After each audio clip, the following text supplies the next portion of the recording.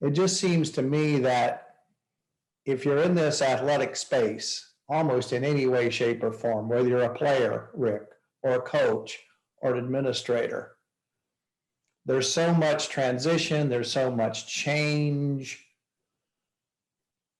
And how do you lead through that change? And then how do you prepare or begin to prepare, Rick, for a world without COVID?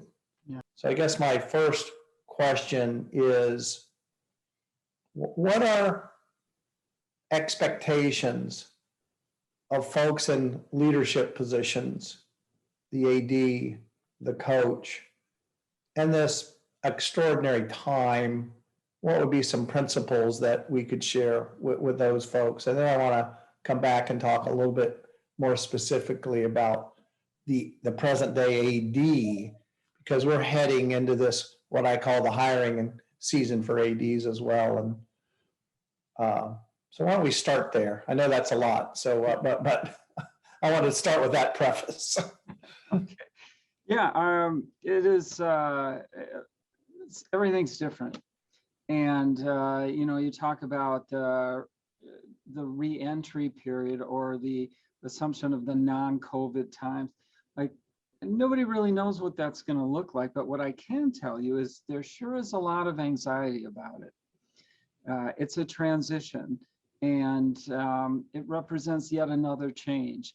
And I think that folks who are looking for that sense of security that most of us lost during this past year or so through a pandemic, which has been horrible, trying to expect that is going to return, that sense of security, I think that's a mistake.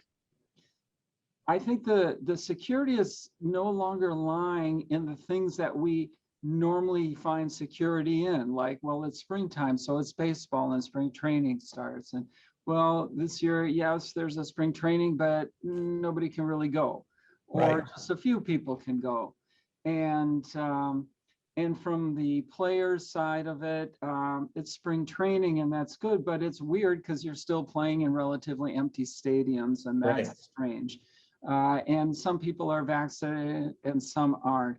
And by the way, I'm still getting tested every day, and that's a pain in the butt. And I can't go out to dinner with my teammates. We cannot even have team meals together. All of this kind of stuff. None of that is normal. And I think some of those things will return, but I think from a leader standpoint, we are in for a continued series of surprises. I think that's just the way our life is going these days. Nobody predicts these things. Sometimes they just happen. And from a leader standpoint, I think trying to hang on to some of those, quote, things that gave us security in the past is probably not going to serve us in the ways that we really need to be available to our people or to ourselves, and help us with the peace of mind that we're looking for. So we have to start to think about security in different terms. We have football now in the spring. We've got basketball playing, I mean, people aren't even sure when their season is anymore. Fall sports are playing in the spring sports, and some sports are fall and spring are playing together. I mean, it's just all over the place. So I think if we can come to terms with this, not a new normal, but learning how to deal with a series of surprises that we can only reflect on at once they've happened, is going to allow us to be in the best position to be flexible, to be resilient, to be looking forward, learning from the past, but also try and prepare for the future as much as we can, but it's going to be a different future than we know. Rick, what really resonated with me there is you said there's some things we counted on in the past that gave us security that we really can't count on. And then we have to look at our security in a different way for the future. Could you give some examples of what some things we really hung on to in the past that probably are gone and may not return? What would be an example or two of that? So for example, we used to recruit players that we knew would be there 4 or 5 years in our programs.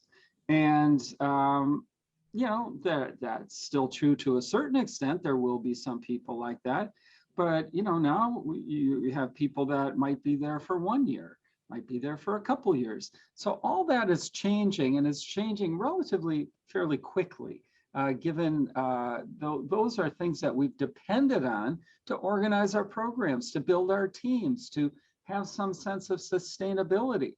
Well, now what happens? And people look at all the surprising results in this past NCAA tournament and all these upsets and people that didn't make the tournament. All that's dealing with change and how that affects people, not only individually, but collectively. And so I think having that kind of thing that we could rely on, that our college careers of our student athletes are going to be really different. And they already are. And, there's more change on the way. So that's an example.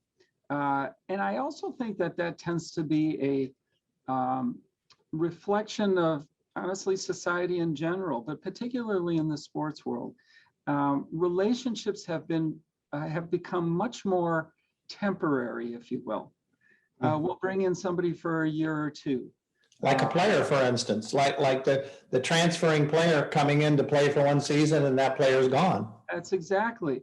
Or now even the coach will come in for a year or 2 or 3, and then they'll move on. Or the AD will be there for 8 very much so. a year, and then they're moving on. So it's a real transitional world these days. And I'm not saying whether it's good or bad. I'm just saying that it's different.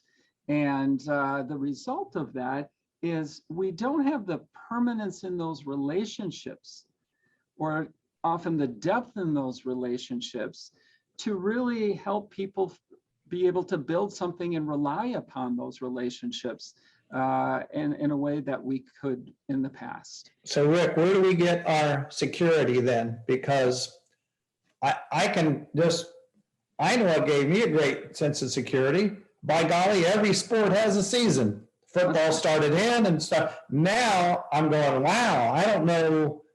I mean, I was watching the Masters tournament this weekend, and it's like the second Masters tournament in 6 months. That's right. Yeah, didn't we just have? How do we, when we can't hang on to the simple, wait a minute now, the football normally starts in the fall and it ends, the Super Bowl's in February. Where do we get our security right now? Yes. Oh, that's a great question.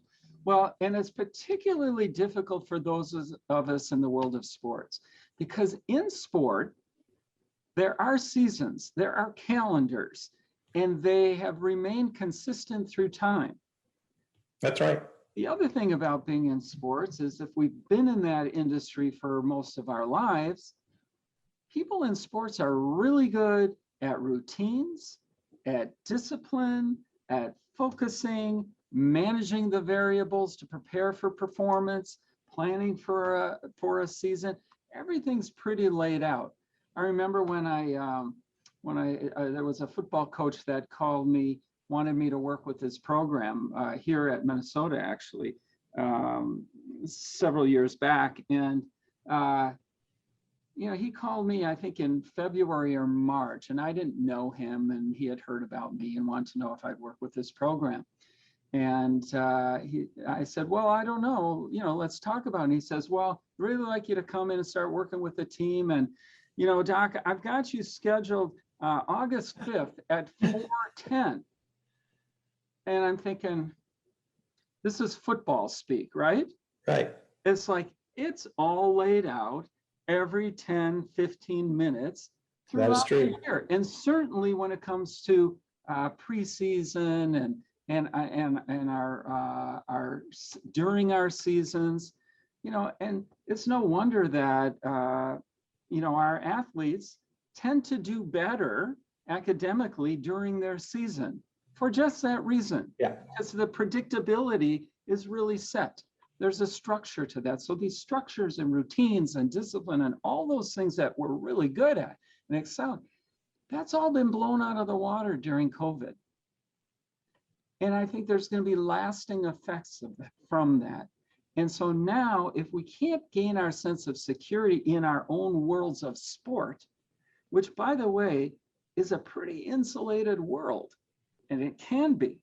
This is where people find their sense of security and Sure. calmness. Can't wait till the season starts. I can't wait till I get back into, into my training, because those are the predictable things, and there's measures that help me feel better about myself. Well, I think what we're noticing now is the limitations of that kind of security. So in answer to your question, where do we gain this sense of security? Well, it's number one, it's in the things that we can control. Number two, That's great advice. when it comes down to, well, okay, well, what can I control? Yeah. I can control how I am. I can't control whether there's a pandemic or some civil unrest or the weather, or you name it, the economy. I don't control those things.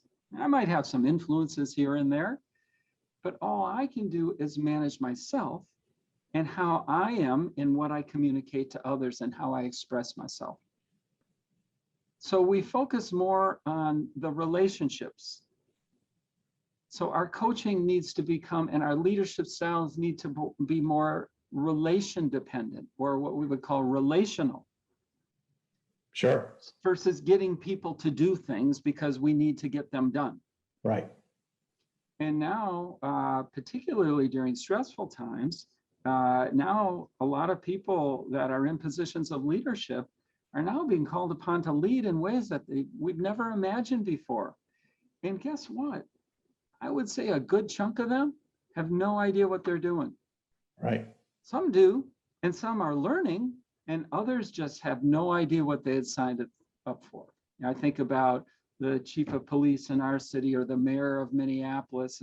These are good people, but never thought of running a city during a international or a global pandemic, and your economy basically shutting down, and then having civil unrest, and for all the for some very good reasons, and like, who's prepared for that? And so I think we can certainly learn, but what we can do is we can stay connected to who we are and how we want to be, because those are things that reside within us, so that as things happen around us, we know who we are and how we want to be. And that, in the performance world, that's what I call mental toughness.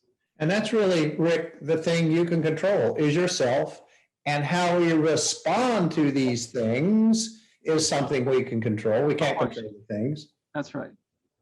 And I think those are two foundational things I've learned from you in terms of leadership, particularly in times of stress, is we have to have this focus on the relational, on relationships, on really understanding, just dealing with our own staff at the Horizon League. I mean, these things that are happening culturally or socially are impactful, and people get upset about them, and we have to be aware of that. Well, and these are good things. These are life things that we'll struggle through, and we'll learn, and we'll grow, and that's great. But we can't lose sight of who we are. That's great advice. When we start getting to the point where feel like things are coming at us, 100 miles an hour from all different direction, and all these things happening, and the rapid change in our forget about the sports world, in our world in general. But you talk about your league, and I know you've been through this many times, Jon, but we have to stop and just sit back and reflect. Okay, yes, we have some changes we need to deal with, some real things that, whether it's organizational, whether it's whatever it is, but let's remember what we're here for. What is our purpose? What are our values? And let's try and solve these things as we live these things, as we live our values, the things that define us. That's going to determine how far we go. So, Rick, what I heard you say, which I think is a perfect wrap-up point, is we're in this great time of change and transition and uncertainty. And where we must get our security now is from internal things, not an external thing like the day, the weather, what might happen, the economy, a schedule, those kinds of things. That's number one. We need to focus on those relationships, number two.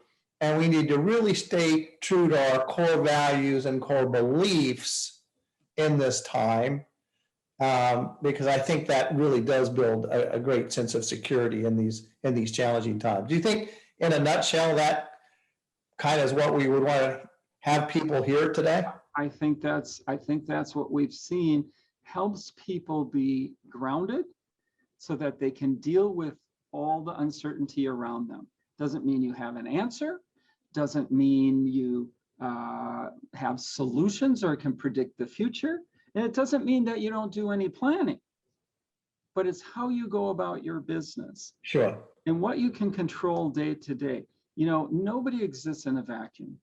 We might think it's about ourselves, but we exist in a relational format. We relate to other people. And I can only be as successful as I relate to others in my environment. Otherwise, I'm just a smart guy sitting at my computer. You know, it's all about me. And right. That's okay, but I'm not utilizing that in the best ways possible. And so, you know, it's how effective we can be. It's about how we are with other people. Can I take that knowledge and expertise and apply it in ways that help others develop and grow to their potential?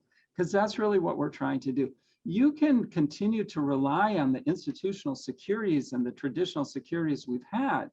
But what I'm saying is that that's a slippery slope. That's really changing. I think it's okay, but we can do better.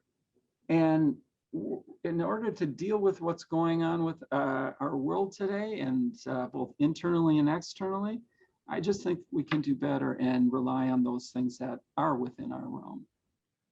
Rick, I think it's a great place to wrap up, and just thank you for your insights and your work. And you are right. We're in an interesting time right now. And if we can use those really straightforward principles, I think it'll help us through in our leadership walk to be better examples and really relate with people and help everyone through this tough time. So, Rick, once again, thanks. I really appreciate you and appreciate the relationship we've had. And I look forward to our next session together. Likewise, John, my best.